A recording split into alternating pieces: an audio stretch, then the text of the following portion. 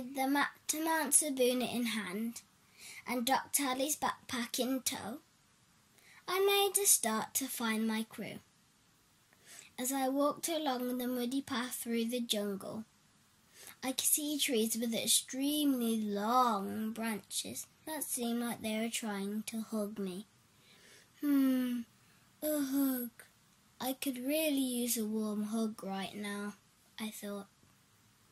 As I walked along and listened to the birds chirping in the trees, I started to hum a song.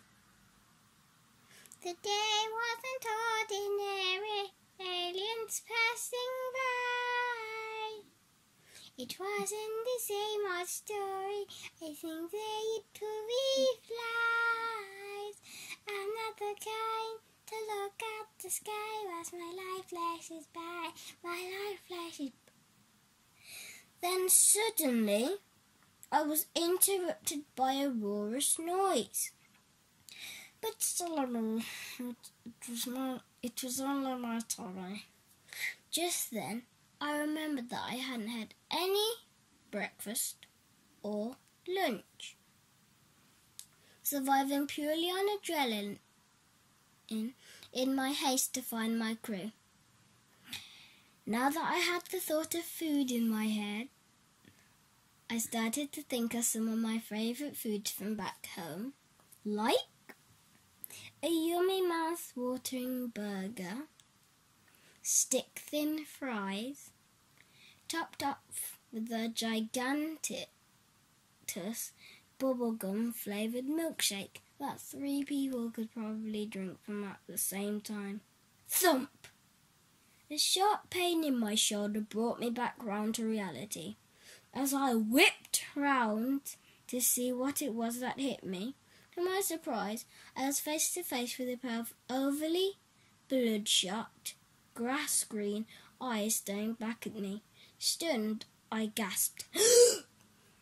Almost at once I realised it was the old man. He must have been following me, I thought. He had thick, short, mouldy grey hair, eyebrows as bushy as a fox's tail, a mouth as thin as a straight line, and the pointiest nose with a massive wart hanging off the tip of it. Come with me. I can help you find your friends. There was little time to think. Quick! He hissed, hurrying me along. Be as quiet as a mouse, or they'll hear you from a gigantic galactic mile. He whispered. Who will hear me? Is it the aliens as I suspected? I wondered while running along behind him. Even though he scared me, I trusted him in some strange way.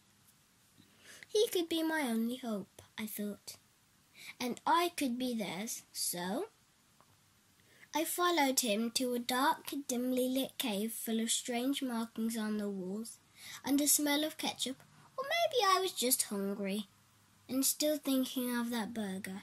No, maybe it actually did smell like ketchup. You never know.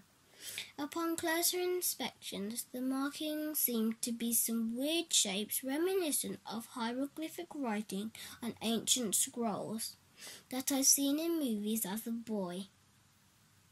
In addition to this, I could also see a turquoise, mucousy slime oozing out of the wall. Ew! As he ushered me to sit upon a rock, he began to tell me his story. Honestly, I would have listened to anything at that point. I was just happy to have company.